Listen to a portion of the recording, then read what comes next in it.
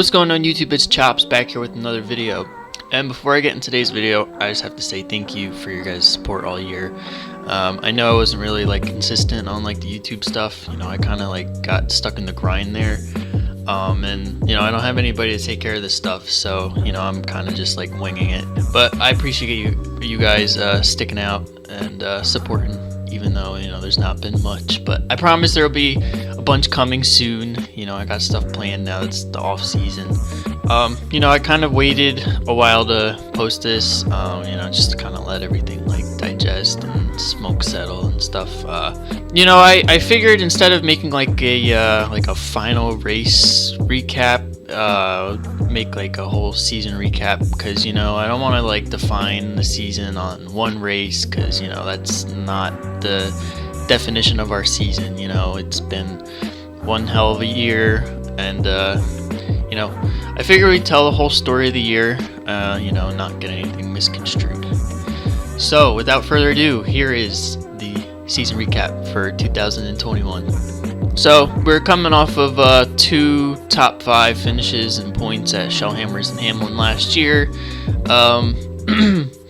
Not the most ideal year. I mean, it was COVID too, and I had a lot of personal stuff going on, so it wasn't there 100%. But this looked to be the bounce back year, that we get back to what we do best. So with the new sponsors and new equipment, new car, we looked to do that. We had the confidence, obviously, that we could do that, but the year did not get off to the start that we wanted to. It actually looked a little rocky. We came out the first race at Shellhammers, and it wasn't bad. I mean, we finished 4th, but we kind of shot ourselves in the foot, being that we were a pound light for the feature. So 1 pound was the difference between 4th and 14th. I mean, it sucked, but that was the first race of the year, so I was like, we can make all those points back. But as we get into it, the ironic part is that this all comes full circle in the end. So that happened, and then I kind of landed myself in the hospital. I had this chest pain, and I don't know really where it came from. It just came out of nowhere, and it got really bad. So out of precaution to make sure that I was okay, I went to the hospital, and I also missed the first week at Hamlin, so that wasn't looking too good either. But I got right. We got back out of the hospital, and that following Wednesday we went to Shellhammers, and that's where the tide really turned. I picked a crap number, and for the feature I ended up starting 10th, but we actually made our way through the field and found ourselves in a situation late where the 2 leaders got tangled up, and on the restart with 2 to go, we actually inherited the lead and finished it off for our first win of the year. It was a good confidence builder, and we had confidence, obviously, that we could win races and stuff, but the foot that we got off to was the left foot, not the right one. And we just needed one race to fall our way that we know, hey, we can obviously do this. And that was the race right there, and that kicked off quite a run for us the next couple weeks. So out of the first 8 races at Shellhammers, I mean, we won damn near half of them. We went on an unbelievable tear, from getting lucky to sometimes outright dominating the feature. It was crazy. We were definitely on our A game. We definitely came out with a bang, and that first win was definitely well needed. And also at Hamlin, too, we finally started putting it together. We didn't catch a win, but seconds and thirds and all that stuff. Especially when you're running for points somewhere, it does add up. So the May into June run, we were on fire, you would say. And you'd have some of those mechanical hiccups where out of your control, the one week at Hamlin, and we're leading, had the race in control for 99% of it, and coming to 2 to go, the push rod dropped, and that's all she wrote for that one. And then another week at Hamlin, we split the block on the heat race. Going into turn 1, I set the car, got on the gas, and I could feel the gas pedal vibrating and stuff. and I knew the car, it didn't get off as it usually should, and then when I came to the exit, it was just like boom, and then all the white smoke, and that's all she wrote. So I mean, it was stuff like that, just rolling it off of your back and moving on.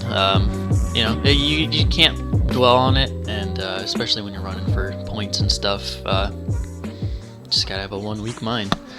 So coming into July, the schedule kind of got light. We had some off weeks, get our minds right. We've been grinding from just about the end of March till this point. So to get a little time off was well needed.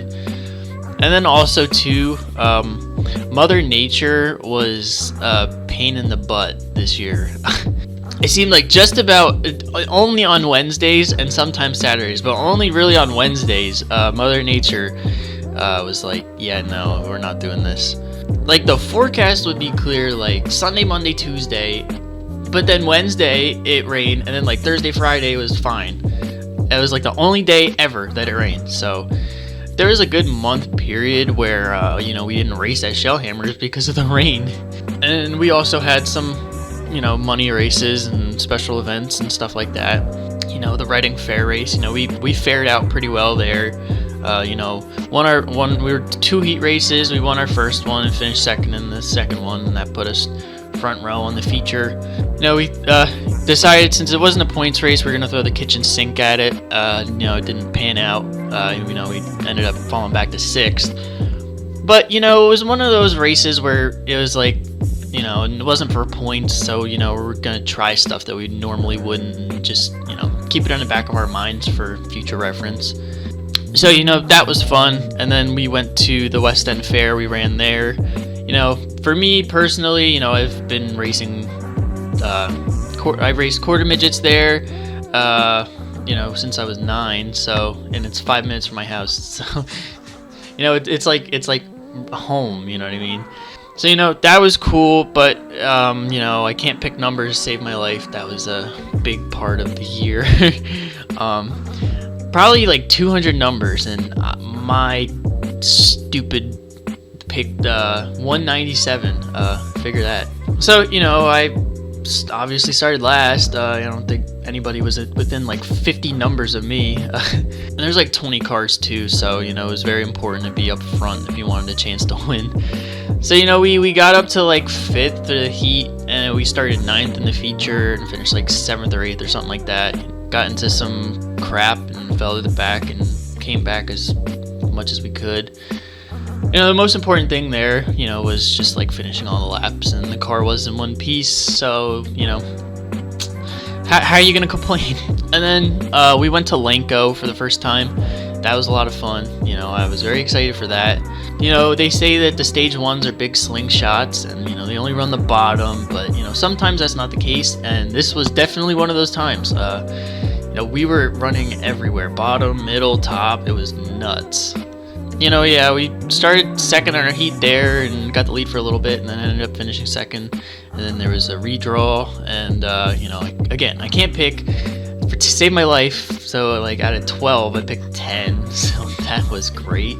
But then in the feature, we ran for a little bit, and then ended up breaking the spindle bolts on the top. I was beating the top too hard. That was nuts. But for like the 5 laps that I ran, it was a blast, and I had so much fun. I think that's probably like, if not the most fun that I had this year racing. So yeah, I hope we go back next year for a couple shows. And then after that was the Richie Hartman show at Shellhammers. We ran 4th for that. It was definitely a change of it too, because the bottom wasn't the place to be. We were up on like the second groove, so that was also cool. Kind of the theme for that weekend too, because those 2 races were back to back. So it was like top was the way to be that weekend.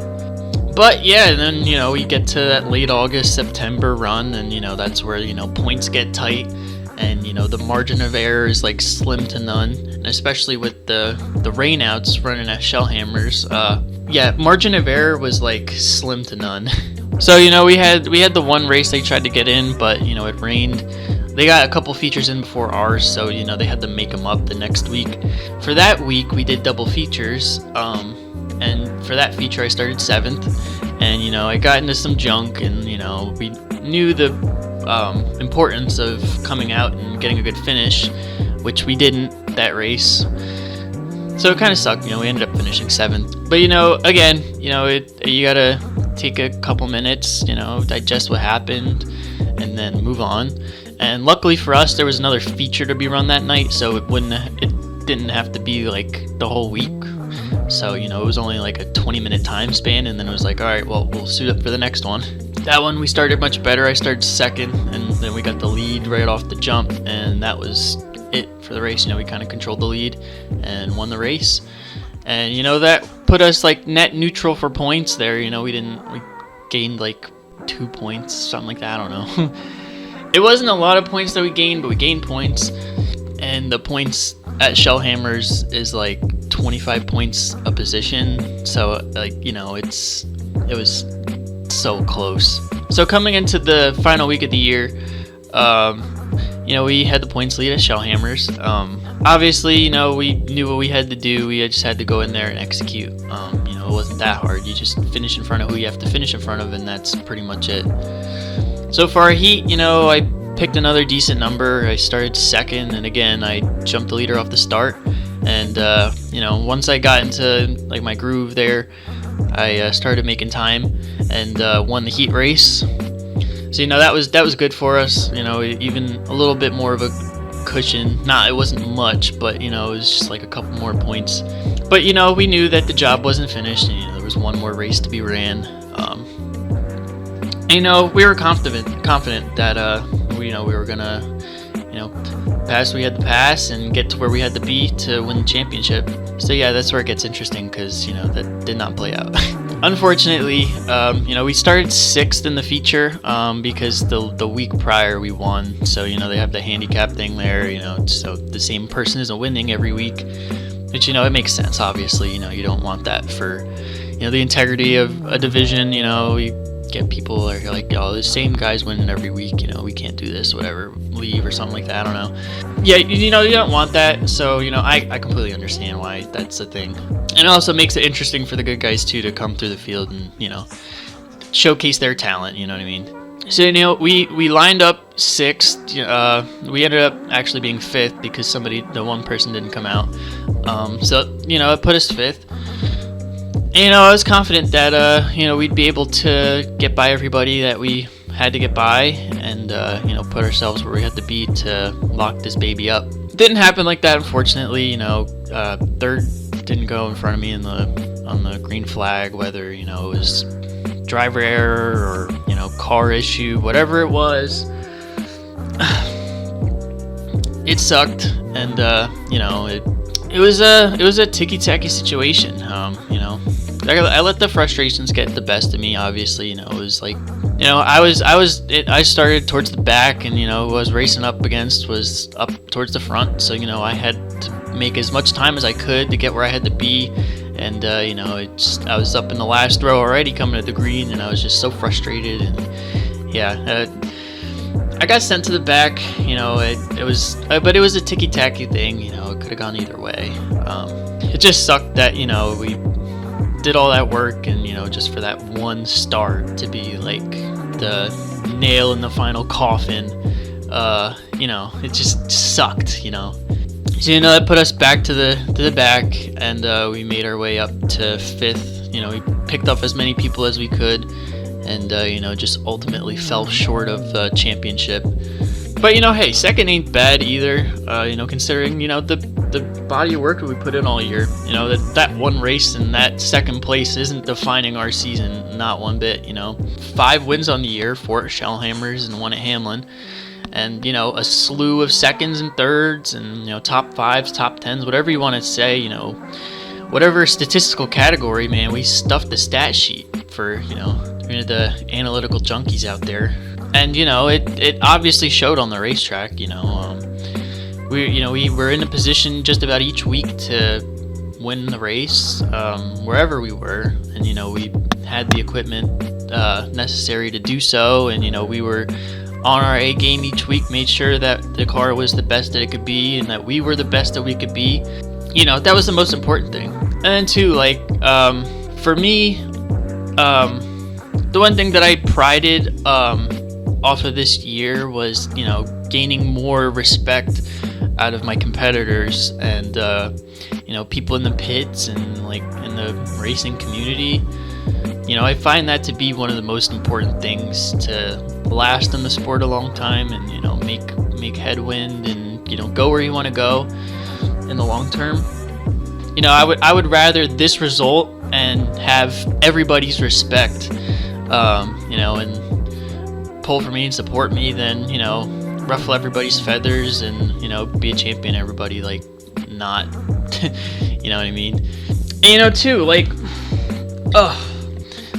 I have these, it has so much dust on it, too, I wouldn't want to get a big paperweight and, have everybody hated for it than, to have everybody's respect and, get it or not, it means more to me than the trophy or the title than, having everybody's respect, because, at the end of the day, it's bigger than racing, and, titles this, titles that, the 2016, I won the USAC National Championship. Nobody talks about it, because nobody cares. The thing that they care about is, how professional I am and how much I respect my competition and, everybody at the racetrack. I feel like that'll get, sure, the titles and accolades will, merit you some worth, but, being like a stand-up person and carrying yourself and your brand professionally and to a high standard is, I view that bigger than anything anybody could do in the race car, especially when it comes to things, outside of racing, and it gets bigger than that. These people that you meet racing and stuff, you build these relationships with and, you know them for years on end. You never know what any of that could lead to. So, I really do pride myself in, treating everybody with respect, because I want to be treated with respect as well. And, I want those relationships for, years to come. I still have relationships with the people that in 2016 that I raced against and people that I knew, I still have relationships like that. And I hold those truer to me more than this and the other one back behind me. That's where I see, because, I've ran with so many great individuals and, I've made so many good friendships over the years. And, having those is what I value that more. Obviously you value the accomplishments and championships and stuff like that to an extent, but, it's only going to get you so far. But, the relationships and your merit amongst your peers and everybody in the community is ultimately what's going to drive you forward in your career. So I have the long list of thank you. Firstly, I would like to thank Richie Smith for the opportunity each week and everything that he does for our race team. He's done a lot for me and my dad and our team. At the time a 17-year-old kid who, no one really knew about other than quarter midgets, and not really having a second outlet to further my racing career, he gave me that platform to further my career and grow as a person. And, I've learned a lot from him. In quarter midgets, I wasn't really involved too much like with the car and stuff. And, being in this environment, I've adapted and learned so much from him. And, he's treated me and my dad and everybody with family, like family. And he does with everybody, and that's just how he is. That's the good person that he is. And, I'm very grateful and thankful that, he's giving me this opportunity. It means a lot. Without him, I probably would not be racing very competitively, and I really do enjoy racing in the stage ones. So, I have to say thank you to him. I have to thank my crew, Dad, Dan, Ross. My dad first, obviously. He wears so many hats in this team. He's like the glue. from like crew member working on the car, helping me out, like stuff like that, to hauler driver, the cash cow, the guy with the empty wallet at the end of the day. He wears so many hats. Dads wear so many hats, and it's evident in our racing operation. So I gotta thank Dad for that too. And it's also a special thing. You do dad and son team. You know what I mean? Like it doesn't get much better than that. So thanks, Dad. And Dan too. He's done a lot too. When my dad can't bring the car, he brings it. If I can't bring it, he brings it and helps me out with it and stuff like that. Helps us out. Our tire guy, so to say. I tell him the pressures, but our tire guy. But thanks, Dan. He does a lot too.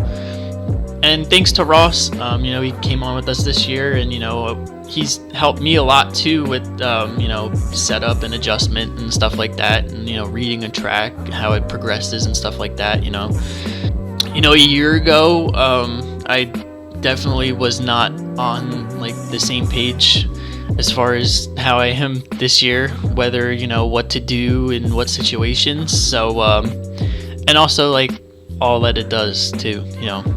So I've learned a lot from Ross, and he knows his stuff, I'll tell you that. So thanks to Ross, and I can't wait to do it again next year, buddy. Now I'd like to thank our 2021 sponsors: FancyHeat, Pro Maintenance, Smith Fabrications, Nazareth Pallet, Beltzville Beverage, Robin with the U.S. Air Force, my brother We Saw Sawmill. I'm so thankful for you guys to support us and support our team and everything that we stand for. I had a goal at the beginning of the year that I want to get you guys this championship. I'm sorry that we fell so short. I hate it for you guys, because we do it for you guys. We represent you guys and try to represent you guys professionally and very well. And get in victory lane as many times as possible to get your guys' brand out there too. But I'm really thankful that you guys, sponsorship is never a mandatory thing, and for all of you guys to hop on board with us this year, it really meant a lot. For us being like a not the most financially backed team, to have your guys' support really does mean a lot. Sponsorship is hard to come by in racing, so I gotta thank you guys again from the bottom of my heart. It means a lot. And I hope you guys hop on with us again next year. It'd be fun to run it back. It goes without saying, any sponsors looking to get into racing and want to support a team, we have more than enough room for any sponsors. The more the merrier in racing. We try to carry ourselves in a professional manner. We competitive each week, trying to race for wins and be in the mix in the championship hunt and stuff like that. And if you want to have your brand represented as such, we would be more than happy to. With that, the 2021 season is over. It was quite the year to wrap up. It was very consistent, very successful. With the 5 wins and the however many podiums and top 5s, that was never an issue. And we had very consistent runs this year. Obviously with the ebbs and flows, you just have to weather that. But for the most part, we were very consistent, very in the mix each week, and that's all that you can ask out of a team. And I was very pleased with that. One race doesn't define the year, obviously. You have to take the eye test, and that really tells the true story. We were in the mix each week, we were consistent each week, and that's what we predicate ourselves on. And that was the mantra of the year. So with that, it's now off season. For IRL racing, we're more than likely gonna return to the stage 1 next year. We're gonna start tear down here pretty soon. It's already mid-November. We gotta get on our game. So we'll put the car back together, tear it apart, bring it back better than ever. And we'll be ready for next year for sure. And, you know, with the off season too, you know, we're gonna have the iRacing schedule back up. You know, I'll give you my races and stuff like that.